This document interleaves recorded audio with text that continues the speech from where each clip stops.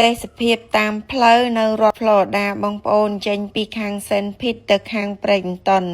នឹងឆ្លងកាត់ស្ពានមួយដែលវែងអន្លាយហើយខ្ពស់គេហៅថាស្ពាន Skyway ឲ្យតែពេលខ្ញុំជិះឆ្លងកាត់អាស្ពាន Skyway នឹងលើកណាបងប្អូនបើថាមកយប់អារម្មណ៍អត់សូវអីទេតែបើថាមកថ្ងៃវិញមានអារម្មណ៍ស្រស់ស្រាយខ្លាំងមែនតើពេលឡើងជិះដល់កពូលនៃស្ពាននឹងទៅនិយាយពីថាចុះមកវិញមកឃើញទេសភាពនៅខាង St. Pete ឬក៏នៅខាង Bradenton នឹងគឺស្អាតខ្លាំងមែនតើបងប្អូនអ្នកដែលមកលេងរដ្ឋ Florida កុំប្រាប់ថាអត់ទាន់ដែរបានជិះកាត់ឆ្លងស្ពាន Skyway ព្រោះអីទេសភាពនៅកន្លែងនេះគឺស្អាតខ្លាំងមែនតើបងប្អូនមិនថា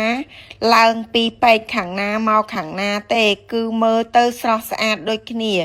ហើយឃើញសមុទ្រល្វឹងល្វើយតែម្ដងដើរទិញបន្លែផ្លែឈើនៅ Flea Market ឬក៏ផ្សារមេឃនេះមានអារម្មណ៍ថាស្រឡះមុខស្រឡះមាត់ជាងចូល store ណាបងប្អូនដើរទិញបន្លែផ្លែឈើបដាដូចហាត់ប្រាណបដាពីព្រោះអីទីធ្លាកន្លែងលក់នេះគឺធំល្អមែនតើហើយគេបើកតែមួយព្រឹកទៀតអញ្ចឹងព្រឹកឡើងនាំគ្នាទៅដើរដូចដើរហាត់ប្រាណអញ្ចឹងបងប្អូនហើយសប្បាយភ្នែកទៀតចុងសប្តាហ៍សៅរ៍អាទិត្យមិនដឹងទៅណាទៅនឹងទៅបន្លែផ្លែឈើខែនេះរៀងធូរថ្លៃហើយសបោទៀតបងប្អូនដោយសារវាចូលដល់រដូវក្តៅផ្សារមេឃឬក៏ Flea Market នេះនៅមិនឆ្ងាយពីផ្ទះទេជិះប្រហែលជា10នាទីអីទេ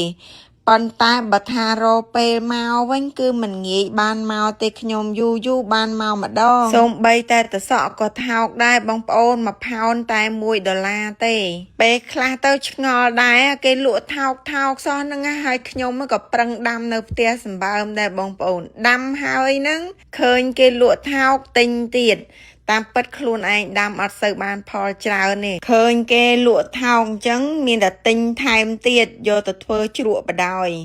នៅខាងរដ្ឋ Florida ចូលដល់រដូវផ្លែលីឈីឬក៏ផ្លែគូលែនហើយផ្ទះណាដែលមានដើមគូលែនណាបងប្អូនគឺថាកលេចពីចម្ងាយមកឃើញក្រហមពេញដើមតែម្ដងផ្ទះខ្ញុំមានដើមលីឈីមួយដើមដែរបងប្អូនចាកម្ពស់ដូចជាខ្ពស់ជាងក្បាលបន្តិចឯងប៉ុន្តែអត់មានចេញផ្លែអីសោះហើយនេះទៅផ្ទះគេទៅគេហៅភ្លក់ផ្លែលីឈីផ្លក់ផ្លែលីឈីផ្ទះគេឃើញក្រហមពេញដើមអញ្ចឹងបងប្អូនគេប្រាប់ថាទុំមិនតាន់ល្អទេតមកអាទិត្យទៀត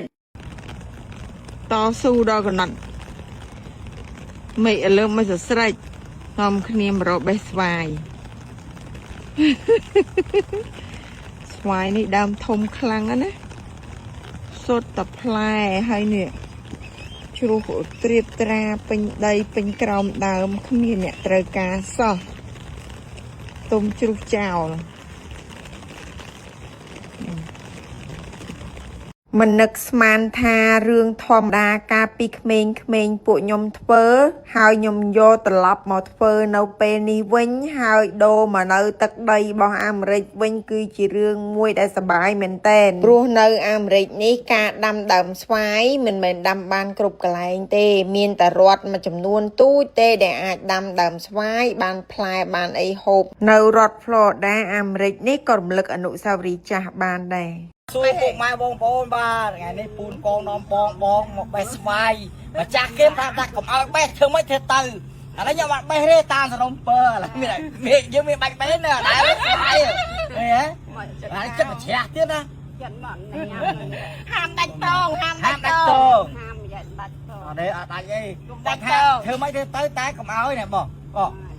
អូសាច់ឡើងហមហ្មងអូ my god ហាមដាច់តងប្រាប់ថាហាមដាច់តងលួចបេះមកគេមកតាមមិនលួចបេះហេណែកាន់អត់លេងចាស់ដាច់តងអត់ដាច់ទេអូ my god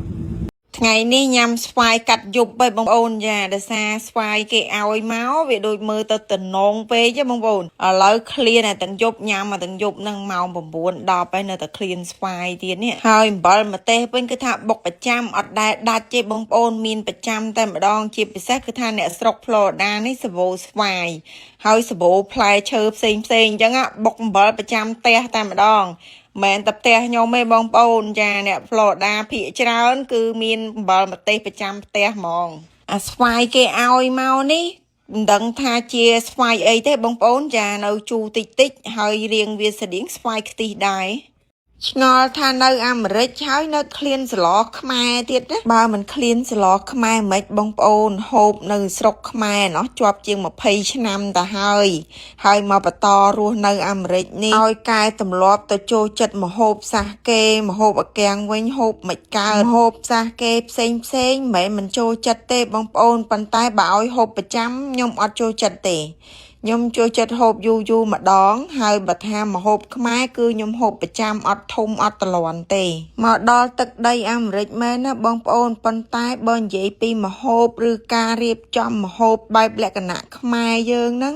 គឺចំណាយអស់ច្រើនជាងម្ហូបសាសគេឬក៏ម្ហូបអាកាំងគ្រឿងក្រៅរបស់ខ្មែរយើងបើនៅស្រុកខ្មែររៀងធូរថ្លៃដោយសារយើងស្រួលរកតែមកដល់អាមេរិកគ្រឿងក្រៅរបស់ខ្មែរយើងជិះយន្តហោះមកណាបងប្អូនវារៀងថ្លៃបន្តិចប៉ុន្តែនៅតែចូលចិត្តហើយនៅតែចង់ហូបឯបន្លែបកាមួយចំនួនខ្ញុំអាចដាំបាននៅផ្ទះអញ្ចឹងខ្ញុំអាចបេះមកហូបបានហើយបន្លែណាពិបាកដាំឬពិបាកយើងចំណាយពេលទៅមើលថែវាពេកគឺខ្ញុំអត់ធ្វើទេខ្ញុំអត់ដាំទេចាខ្ញុំទិញគេហើយទិញបន្លែអាស៊ីយើងក៏វារៀងថ្លៃជាងបន្លែអាកាំងដែរមិនមែនមានតែគ្រួសារខ្ញុំទេដែលចូលចិត្តម្ហូបខ្មែរពេលមករស់នៅអាមេរិកនេះបងប្អូនខ្មែរច្រើនណាស់បងប្អូនចាអាចរាប់ថាចូលដល់90%ឬក៏95%ហើយដែលគាត់ចូលចិត្តម្ហូបខ្មែរទោះបីជា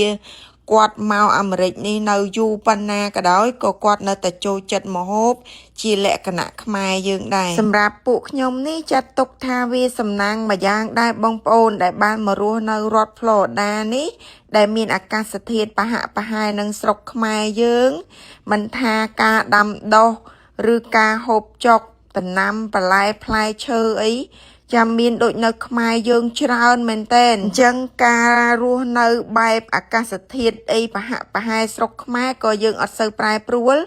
ហើយចំណែកម្ហូបអាហារបន្លែផ្លែឈើហ្នឹងក៏យើងហូបប្រហាក់ប្រហែលនឹងនៅខ្មែរនិយាយចំទៅអត់សូវមានអីប្រែប្រួលច្រើនទេសម្រាប់ពួកខ្ញុំដូចខ្ញុំធ្លាប់ប្រាប់បងប្អូនកាលពីមុនមកអញ្ចឹងត្បិតតែថាខ្ញុំនេះអ្នកអាមេរិកនៅអាមេរិកគេដែរប៉ុន្តែនិយាយពីរឿងព្រិលតកកឬស្នូហ្នឹងគឺខ្ញុំមិនដែលជួបសោះបងប្អូនដោយសារនៅម្ដុំខ្ញុំនេះអត់ដែលធ្លាក់ព្រិលធ្លាក់ស្នូអីទេអញ្ចឹងខ្ញុំអត់ដែលទៅរត់ណាពេលខែត្រជាក់ខ្លាំងទៀតអញ្ចឹងក៏អត់ដែលបានឃើញស្នូដែរមិនអ្នកអាមេរិកទាំងអស់គ្នាដែលនៅអាមេរិកគឺសិតតែបានស្គាល់ស្នូទេចាដោយក្រុមគ្រួសារខ្ញុំនេះមិនងាយបានស្គាល់ស្នូគេទេបងប្អូនអញ្ចឹងបានថានៅអាមេរិកទាំងមូលហ្នឹងតំបន់មួយវាអត់ដូចគ្នាទេអាកាសធាតុខុសៗគ្នារបៀបរបបនៃការរស់នៅក៏ខុសៗគ្នាដែរនេះគឺជាជំរើសរបស់មនុស្សចាអ្នកខ្លះគាត់ចូលចិត្តត្រជាក់ខ្លាំងអ្នកខ្លះគាត់អត់ចូលចិត្តត្រជាក់គាត់ចូលចិត្តក្តៅអីគាត់រើសទីតាំងនឹងកន្លែង